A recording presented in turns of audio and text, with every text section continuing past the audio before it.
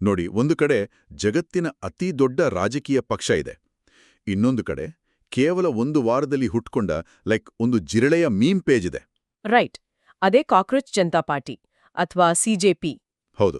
ಆಶ್ಚರ್ಯ ಏನಂದ್ರೆ, ಇವತ್ತು ಆ ಜಿರಳೆಯ ಇನ್ಸ್ಟಾಗ್ರಾಮ್ ಅಕೌಂಟ್ ಆ ದೊಡ್ಡ ರಾಜಕೀಯ ಪಕ್ಷದ ಅಫಿಷಿಯಲ್ ಅಕೌಂಟ್ಗಿಂತ ಹೆಚ್ಚು ಫಾಲೋವರ್ಸ್ ಸಂಪಾದಿಸಿದೆ. ಕೇವಲ ಒಂದು ವಾರದಲ್ಲಿ 20 ಮಿಲಿಯನ್, ಅಂದ್ರೆ 2 ಕೋಟಿ ಫಾಲೋವರ್ಸ್. 2 ಕೋಟಿ ಅನ್ನೋದು ಸಣ್ಣ ನಂಬರ್ ಅಲ್ಲ. ಖಂಡಿತ ಅಲ್ಲ. ಸೊ ನಮ್ಮ ಇಂದಿನ ಮಿಷನ್ ಏನಂದ್ರೆ, ಇದನ್ನ ಸ್ವಲ್ಪ ಬಿಡಿಸ್ ನೋಡೋಣ. ಕೇವಲ ಒಂದು ಇಂಟರ್ನೆಟ್ ಜೋಕ್, ಕಾಲೇಜ್ ಹುಡುಗರು ಮಾಡೋ ತಮಾಷೆ ಹೇಗೆ ಒಂದು ಬೃಹತ್ ಆನ್ಲೈನ್ ರಾಜಕೀಯ ಚಳುವಳಿಯಾಗಿ ಬದಲಾಯಿತು, ಇದರ ಹಿಂದಿರೋ ಅಸಲಿ ಕತೆ ಏನು ಅಂತ. ಈ ಮೆಕ್ಯಾನಿಸಮ್ ಅರ್ಥ ಮಾಡ್ಕೊಳ್ಬೇಕು ಅಂದ್ರೆ ನಾವು ಮೊದಲು ಈ ಜಿರಳೆ ಅನ್ನೋ ಸಿಂಬಲ್ ಯಾಕೆ ಇಷ್ಟು ದೊಡ್ಡ ಮಟ್ಟದಲ್ಲಿ ಕನೆಕ್ಟ್ ಆಯ್ತು ಅನ್ನೋದನ್ನ ನೋಡ್ಬೇಕು. ಇಲ್ಲಿ ಕುತೂಹಲಕಾರಿ ವಿಷಯ ಏನಂದ್ರೆ, ಕಥೆ ಶುರುವಾಗಿದ್ದು ಸುಪ್ರೀಂ ಕೋರ್ಟ್ ಮುಖ್ಯ ನ್ಯಾಯಮೂರ್ತಿಗಳ ಒಂದು ಹೇಳಿಕೆಯಿಂದ. ಆ ಕಮೆಂಟ್ ಬಗ್ಗೆನಾ? ನಿರುದ್ಯೋಗಿ ಯುವಕರ ಬಗ್ಗೆ ಹೇಳಿದ್ರಲ್ಲ ಅದು? ಹೌದು.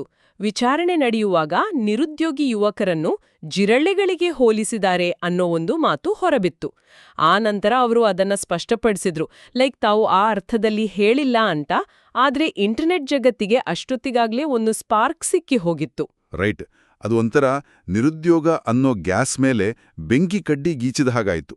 ಎಕ್ಸಾಕ್ಟ್ಲಿ. ಸೋಷಿಯಲ್ ಮೀಡಿಯಾ ಆಲ್ಗಾರಿದಮ್ಗಳು ಅದಕ್ಕೆ ಗಾಳಿ ಬೀಸಿ ಇಡೀ ದೇಶಕ್ಕೆ ಹರಡಿತು. ಆದ್ರೆ ನಂಗೆ ಆಶ್ಚರ್ಯ ಆಗೋದು ಈ ಸಿಂಬಾಲಿಸಂ ಬಗ್ಗೆ.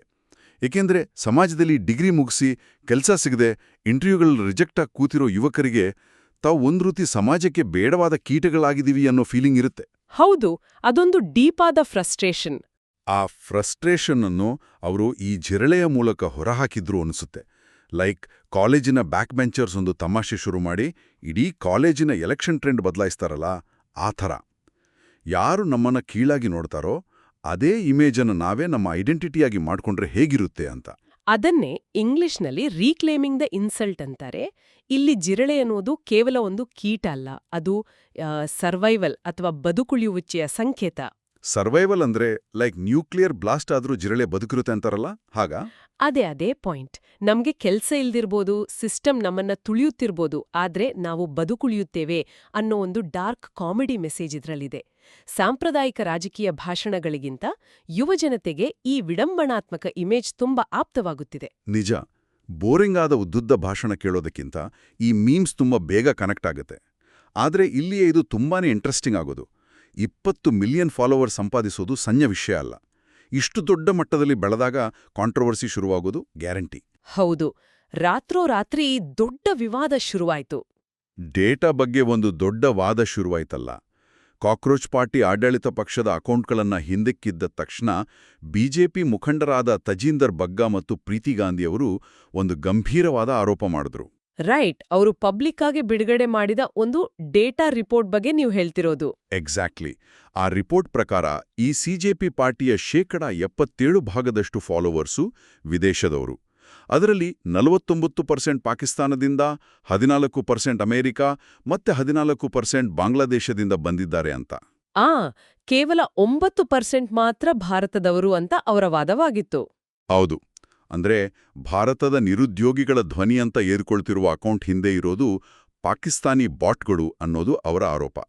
ಆದರೆ ಇದರ ಫೌಂಡರ್, ಅಮೆರಿಕಾದ ಬೋಸ್ಟನ್ ಯೂನಿವರ್ಸಿಟಿಲಿ ಓದಿರುವ ಅಭಿಜಿತ್ ಡಿಪ್ಕೆ ಅವರು ಈ ಆರೋಪಗಳನ್ನು ಸ್ಟ್ರಾಂಗ್ ಆಗಿ ರಿಜೆಕ್ಟ್ ಮಾಡಿದ್ರು. ಹೌದು. ಅಭಿಜಿತ್ ಅವರ ಕೌಂಟರ್ ತುಂಬಾನೇ ಡೈರೆಕ್ಟ್ ಆಗಿತ್ತು. ಅವರ ಪ್ರಕಾರ ಅವರಲ್ಲಿರುವ ಅಸಲಿ ಡೇಟಾ ಪ್ರಕಾರ 94% ಫಾಲೋವರ್ಸ್ ಭಾರತೀಯರೇ ಇದ್ದಾರೆ. ಆದರೆ ಇಲ್ಲಿ ನನ್ನೊಂದು ಪ್ರಶ್ನೆ ಇದೆ. ಆನ್ಲೈನಲ್ಲಿ ಯಾರು ಬೇಕಾದರೂ ಯಾವುದೇ ಡೇಟಾವನ್ನು ತೋರಿಸಬಹುದೇ?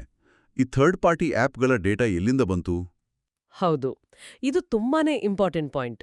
ಈ ಪ್ರಶ್ನೆಗೆ ಉತ್ತರ ಸಿಗ್ಬೇಕು ಅಂದ್ರೆ ಇನ್ಸ್ಟಾಗ್ರಾಮ್ ಅಥವಾ ಮೆಟಾ ಕಂಪನಿಯ ಟೆಕ್ನಾಲಜಿ ಹೇಗೆ ಕೆಲಸ ಮಾಡುತ್ತೆ ಅಂತ ನಾವು ನೋಡ್ಬೇಕು. ಅಂದ್ರೆ ಡೇಟಾ ಪ್ರೈವಸಿ ಬಗ್ಗೆನಾ? ಹೌದು. ಮೆಟಾ ತನ್ನ ಡೇಟಾ ಭದ್ರತೆಯನ್ನು ವಿಪರೀತ ಟೈಟ್ ಮಾಡಿದೆ. ಹೊರಗಿನ ಯಾವುದೇ ಥರ್ಡ್ ಪಾರ್ಟಿ ಆ್ಯಪ್ಗಳಿಗೆ 20 ಮಿಲಿಯನ್ ಜನರ ರಿಯಲ್ ಭೌಗೋಳಿಕ ಮಾಹಿತಿ ಅಂದ್ರೆ ಜಿಯೋಗ್ರಾಫಿಕಲ್ ಲೊಕೇಶನ್ ಸಿಗಲು ಸಾಧ್ಯವೇ ಇಲ್ಲ. ಹೌದಾ? ಹಾಗಾದ್ರೆ ಈ ನಂಬರ್ಸ್ ಎಲ್ಲಿಂದ ಬಂತು? ಈ ಟೂಲ್ಗಳು ಮಾಡೋದು ಸ್ಕ್ರ್ಯಾಪಿಂಗ್. ಅಂದ್ರೆ ಪಬ್ಲಿಕ್ ಪ್ರೊಫೈಲ್ಗಳಿರುವ ಕೀವರ್ಡ್ಸ್ಗಳನ್ನ ಅವ್ರು ಹಾಕಿರೋ ಕಮೆಂಟ್ಸ್ ನೋಡಿ ಕುರುಡಾಗೆ ಗೆಸ್ ಮಾಡೋದು. ಅಧಿಕೃತವಾಗಿ ಮೆಟಾ ಅಥವಾ ಇನ್ಸ್ಟಾಗ್ರಾಮ್ ಯಾವುದೇ ಡೇಟಾ ರಿಲೀಸ್ ಮಾಡಿಲ್ಲ. ಓ, ಅಂದ್ರೆ ಈ ಇಂಟರ್ನೆಟ್ ಟ್ರ್ಯಾಕಿಂಗ್ ಟೂಲ್ಗಳನ್ನ ಬ್ಲೈಂಡ್ ಆಗಿ ನಂಬುವುದು ತುಂಬಾ ಅಪಾಯಕಾರಿ. ಖಂಡಿತ. ಇದು ಡಿಜಿಟಲ್ ಮಿಸ್ಇನ್ಫಾರ್ಮೇಷನ್ ಹೇಗೆ ಹರಡುತ್ತೆ ಅನ್ನೋದಕ್ಕೆ ಒಂದು ಪರ್ಫೆಕ್ಟ್ ಉದಾಹರಣೆ. ಯಾರು ಯಾವ ಡೇಟಾ ತೋರಿಸಿದ್ರೂ ಜನ ಒಂದು ಗ್ರಾಫ್ ನೋಡಿದ ತಕ್ಷಣ ಅದು ಸತ್ಯ ಅಂತ ನಂಬಿಬಿಡ್ತಾರೆ. ರೈಟ್. ಮತ್ತೆ ಈ ಡೇಟಾ ವಿವಾದದಿಂದ ಈ ಕಾಕ್ರೋಚ್ ಪಾರ್ಟಿಯ ವೇಗ ಕಮ್ಮಿ ಆಗ್ಲಿಲ್ಲ. ಆಮೇಲೆ ಶುರುವಾಗಿದ್ದೇ ಫೌಂಡರ್ನ ಹಳೆಯ ಇತಿಹಾಸದ ಕೆದುಕುವಿಕೆ. ಇಂಡಿಯಾ ಟುಡೇ ವರದಿ ಹೇಳುವಂತೆ ಅಭಿಜಿತ್ ದಿಪ್ಕೆ ಕಳೆದ 72 ಗಂಟೆಗಳಿಂದ ಈ ಆರೋಪಗಳಿಗೆ ಕೌಂಟರ್ ಕೊಡ್ತಾ ಇದ್ರು. ಪಾಪ, ಅಷ್ಟು ದೊಡ್ಡ ಪ್ರೆಷರ್.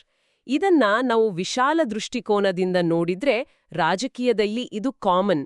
ಯಾವುದೇ ಹೊಸ ಮೂವ್ಮೆಂಟ್ ಸಿಸ್ಟಮ್ ಅನ್ನು ಪ್ರಶ್ನಿಸಿದಾಗ ಆ ವಿಷಯಕ್ಕಿಂತ ಶುರು ಮಾಡಿದವರ ಬ್ಯಾಕ್ಗ್ರೌಂಡ್ ಮೇಲೆ ಅಟ್ಯಾಕ್ ಮಾಡೋದು ಸಾಮಾನ್ಯ. ಎಕ್ಸಾಕ್ಟ್ಲಿ.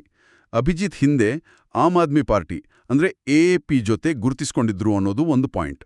ಆದ್ರೆ ಇದಕ್ಕಿಂತ ದೊಡ್ಡದು ಅಂದ್ರೆ ಆ 2019ರ ಲೀಗಲ್ ಕಂಪ್ಲೇಂಟ್.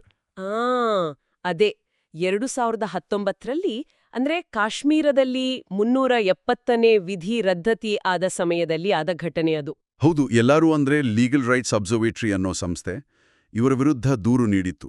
ಅವರನ್ನ ISI ಏಜೆಂಟ್ ಅಂತ ಕರೆದು UAPA ಅಡಿಯಲ್ಲಿ ಬಂಧಿಸಲು ದೂರು ನೀಡಿದ್ದ ಹಿನ್ನೆಲೆ ಅದು. ಆದ್ರೆ ಇಲ್ಲಿ ನಾವು ಕೇಳುಗರಿಗೆ ಒಂದು ವಿಷಯವನ್ನು ತುಂಬಾ ಸ್ಪಷ್ಟವಾಗಿ ಹೇಳಬೇಕು. ನಾವು ಯಾವುದೇ ಪಕ್ಷದ ಪರ ಅಥವಾ ವಿರೋಧ ಅಲ್ಲ. ಇಲ್ಲಿ ಗಮನಿಸಬೇಕಾದ ಅಂಶ ಏನಂದ್ರೆ ಇದು ಕೇವಲ ಒಂದು ಆರೋಪವಷ್ಟೇ. ಹೌದು, 100ಕ್ಕೆ 100 ನಿಜ. ಯಾವುದೇ ತನಿಖಾ ಸಂಸ್ಥೆಗಳು ಅಥವಾ ಪೊಲೀಸರು ಇದನ್ನ ಅಧಿಕೃತವಾಗಿ ದೃಢಪಡಿಸಿಲ್ಲ. ಅವ್ರ ಮೇಲೆ ಯಾವುದೇ ಕೇಸ್ ಪ್ರೂವ್ ಆಗಿಲ್ಲ. ರೈಟ್. ಆದ್ರೆ ಆನ್ಲೈನ್ ಜಗತ್ತಿನಲ್ಲಿ ಒಂದು ಆರೋಪ ಸಾಬೀತಾಗುವ ಅಗತ್ಯವಿಲ್ಲ. ಅದೊಂದು ಪರ್ಸೆಪ್ಷನ್ ಬಿಲ್ಟ್ ಮಾಡಿದರೆ ಸಾಕು. ಹಳೆಯ ದೂರಿನ ಕಾಪಿಯನ್ನು ಮತ್ತೆ ವೈರಲ್ ಮಾಡಿ ಈ ಮೂವ್ಮೆಂಟ್ ಅನ್ನೇ ದೇಶವಿರೋಧಿ ಅಂತ ಬಿಂಬಿಸುವ ಪ್ರಯತ್ನ ನಡೀತು. ಬಟ್ ಇದು ಕೇವಲ ಆರೋಪಗಳಿಗೆ ಮಾತ್ರ ಸೀಮಿತವಾಗಲಿಲ್ಲ. ಡೈರೆಕ್ಟ್ ಆಗಿ ಅಕೌಂಟ್ ಬ್ಲಾಕ್ ಮಾಡುವ ಹಂತಕ್ಕೂ ಹೋಯಿತು. ಗುಪ್ತಚರ ಇಲಾಖೆಯ ಅಂದ್ರೆ IBಯ ಸೂಚನೆಯ ಮೇರೆಗೆ ರಾಷ್ಟ್ರೀಯ ಭದ್ರತೆಯ ಕಾರಣ ನೀಡಿ ಎಕ್ಸ್ನಲ್ಲಿ ಅಂದ್ರೆ ಟ್ವಿಟರ್ನಲ್ಲಿ CJP ಅಕೌಂಟನ್ನೇ ಬ್ಯಾನ್ ಮಾಡಿದ್ರು. ಹಮ್ದು ದಿಢೀರಂತ ಅಕೌಂಟ್ ಬ್ಲಾಕ್ ಆಯ್ತು. ಆದ್ರೆ ಇಂಟರ್ನೆಟ್ ಸುಮ್ಮನೆ ಇರುತ್ತಾ? ತಕ್ಷಣವೇ ಕಾಕ್ರೋಚಸ್ ಬ್ಯಾಕ್ ಅನ್ನೋ ಹೊಸ ಅಕೌಂಟ್ ಮೂಲಕ ಮತ್ತೆ 1.5 ಲಕ್ಷ ಫಾಲೋವರ್ಸ್ ಬಂದು ಸೇರ್ಕೊಂಡ್ರು. ಇದನ್ನೇ ಸ್ಟ್ರೈಸಂಡ್ ಎಫೆಕ್ಟ್ ಅಂತಾರಲ್ಲ. ನೀವು ಯಾವುದನ್ನಾದರೂ ಮುಚ್ಚಾಕಲು ಪ್ರಯತ್ನಿಸಿದ್ರೆ ಅದು 10 ಪಟ್ಟು ಹೆಚ್ಚು ಪ್ರಚಾರ ಪಡೆಯುತ್ತೆ. ಎಕ್ಸಾಕ್ಟ್ಲಿ. ಇಲ್ಲಿ ಡಿಜಿಟಲ್ ಆಕ್ಟಿವಿಸ್ಟ್ಗಳಿಗೆ ಒಂದು ದೊಡ್ಡ ಪಾಠ ಇದೆ. ಡಿಜಿಟಲ್ ಸೆಕ್ಯೂರಿಟಿ ಎಷ್ಟು ಮುಖ್ಯ ಅಂತ ಇದು ತೋರಿಸುತ್ತೆ. ವೈರಲ್ ಆಗುವ ಖುಷಿ ಒಂದೆಡೆ ಆದ್ರೆ ಸಾರ್ವಜನಿಕ ಕಣ್ಗಾವಲು ನಿಮ್ಮ ಮೇಲೆ ಬೀಳುವ ವೇಗ ಇನ್ನೊಂದೆಡೆ. ಹಾಗಾದ್ರೆ ಅಂತಿಮವಾಗಿ ಇದರ ಅರ್ಥವೇನು? ಈ ಪ್ಯಾರಡಿ ಅಕೌಂಟ್ಗಳು ಕೇವಲ ಎಂಟರ್ಟೈನ್ಮೆಂಟ್ ಮಾತ್ರನಾ ಅಥವಾ ನೈಜ ಪ್ರತಿಭಟನೆಯೇ? ಇವೆರಡರ ನಡುವಿನ ಗೆರೆ ಸಂಪೂರ್ಣವಾಗಿ ಅಳಿಸಿ ಹೋಗ್ತಿದೆ ಅನ್ಸುತ್ತೆ. ಖಂಡಿತ. ಸಾಂಪ್ರದಾಯಿಕ ರಾಜಕೀಯ ಪಕ್ಷಗಳು ಇಂತಹ ಪ್ಯಾರಡಿ ಪಾರ್ಟಿಗಳ ವಿರುದ್ಧ ಹೋರಾಡೋದು ತುಂಬಾ ಕಷ್ಟ. ನೀವು ಲಾಜಿಕಲ್ ಆಗಿ ಭಾಷಣ ಮಾಡಬಹುದು, ಆದ್ರೆ ಒಂದು ಮೀಮ್ಗೆ ಹೇಗೆ ಕೌಂಟರ್ ಕೊಡ್ತೀರಾ? ನಿಜ, ಮೀಮ್ಗೆ ಕೌಂಟರ್ ಕೊಡೋಕ್ ಹೋದ್ರೆ ಜನ ನಗ್ತಾರೆ. ಹೌದು. ಭವಿಷ್ಯದ ರಾಜಕೀಯದಲ್ಲಿ ಇಂಥ ಡಿಜಿಟಲ್ ಮೂವ್ಮೆಂಟ್ಗಳು ಭಾರತದ ಚುನಾವಣಾ ಪ್ರಚಾರದ ಶೈಲಿಯನ್ನೇ ಬದಲಾಯಿಸಲಿವೆ. ಯುವಜನತೆ ಈಗ ಸಾಂಪ್ರದಾಯಿಕ ರಾಜಕೀಯ ಭಾಷಣಗಳಿಗಿಂತ ಮೀಮ್ಗಳ ಮೂಲಕ ತಮ್ಮ ಹಕ್ಕುಗಳನ್ನ ಕೇಳ್ತಿದ್ದಾರೆ. ಇದು ಡಿಜಿಟಲ್ ಆಕ್ಟಿವಿಸಂ ಬಗ್ಗೆ ಆಸಕ್ತಿ ಇರೋ ವಿದ್ಯಾರ್ಥಿಗಳಿಗೆ ಒಂದು ಪ್ರಾಕ್ಟಿಕಲ್ ಲೆಸನ್ ಕೂಡ ಹೌದು. ಸಡನ್ನಾಗಿ ವೈರಲ್ ಆದಾಗ ಪಬ್ಲಿಕ್ ಸ್ಕ್ರೂಟಿನಿಯನ್ನು ಹೇಗೆ ನಿಭಾಯಿಸಬೇಕು ಮತ್ತೆ ತಪ್ಪು ಮಾಹಿತಿಯಿಂದ ಮಿಸ್ಇನ್ಫಾರ್ಮೇಷನ್ನಿಂದ ಹೇಗೆ ದೂರ ಇರಬೇಕು ಅಂತ ಅವರು ಕಲಿಬೇಕು. ರೈಟ್. ನಿಮ್ಮ ಇತಿಹಾಸವನ್ನೇ ನಿಮ್ಮ ವಿರುದ್ಧ ಅಸ್ತ್ರವಾಗಿ ಬಳಸುವ ಸಾಧ್ಯತೆ ಇರುತ್ತೆ ಅನ್ನೋದನ್ನ ಯಾವತ್ತೂ ಮರಿಬಾರದು. ಸೊ ಈ ಸಂಚಿಕೆ ಸಾರಾಂಶವನ್ನ ನೋಡುವುದಾದ್ರೆ ಕಾಕ್ರೋಚ್ ಜನತಾ ಪಾರ್ಟಿ ಎಂಬುದು ಕೇವಲ ಒಂದು ತಮಾಷೆಯಲ್ಲ. ಇದು ನಿರುದ್ಯೋಗ, ಆನ್ಲೈನ್ ಸಂಸ್ಕೃತಿ ಮತ್ತು ಯುವಜನತೆಯ ಅಸಹಾಯಕತೆಯ ನಡುವೆ ಹುಟ್ಟಿಕೊಂಡ ಒಂದು ವಿಶಿಷ್ಟ ಡಿಜಿಟಲ್ ಧ್ವನಿ. ಹೌದು. ಇದನ್ನ ವಾಯ್ಸ್ ಆಫ್ ದ ಲೇಜಿ ಅಂತ ಕರೆದ್ರೂ ಇದೊಂದು ಪವರ್ಫುಲ್ ಸೆಟೈರ್. ಸಾಂಪ್ರದಾಯಿಕ ರಾಜಕೀಯ ಮತ್ತು ವಿಡಂಬನೆ ನಡುವಿನ ಘರ್ಷಣೆ ಇದು. ಎಕ್ಸಾಕ್ಟ್ಲಿ. ಈ ಡೀಪ್ ಡೈವ್ ಮುಗಿಸೋ ಮುನ್ನ ಕೇಳುಗರಿಗೆ ಒಂದು ಪ್ರಚೋದನಾಕಾರಿ ಆಲೋಚನೆಯನ್ನು ಬಿಟ್ಟು ಹೋಗ್ತಾ ಇದ್ದೀನಿ. ಇಂಟರ್ನೆಟ್ನಲ್ಲಿ ಕೇವಲ ಒಂದು ಜೋಕ್ 20 ಮಿಲಿಯನ್ ಜನರನ್ನು ಒಟ್ಟುಗೂಡಿಸಬಲ್ಲದು ಎಂದಾದ್ರೆ ಭವಿಷ್ಯದಲ್ಲಿ ಈ ವರ್ಚುವಲ್ ಫಾಲೋವರ್ಸ್ ನಿಜವಾದ ಎಲೆಕ್ಷನ್ ಬೂತ್ಗೆ ಬಂದು ವೋಟ್ ಹಾಕಿದ್ರೆ ನಮ್ಮ ಪ್ರಜಾಪ್ರಭುತ್ವದ ಮುಖಬೆಲೆ ಹೇಗಿರ್ಬೋದು? ಹೌದು, ಅದೊಂದು ದೊಡ್ಡ ಪ್ರಶ್ನೆ. ಸಾಂಪ್ರದಾಯಿಕ ರಾಜಕೀಯ ಪಕ್ಷಗಳು ಇಂಟರ್ನೆಟ್ ಮೀಮ್ಗಳಿಗೆ ಹೆದರುವ ಕಾಲ ಶುರುವಾಯಿತೆ. ಇದರ ಬಗ್ಗೆ ಸ್ವಲ್ಪ ಯೋಚಿಸಿ. ನಾವಿಲ್ಲಿಗೆ ಈ ವಿಶ್ಲೇಷಣೆಯನ್ನು ಮುಗಿಸ್ತಾ ಇದ್ದೀವಿ.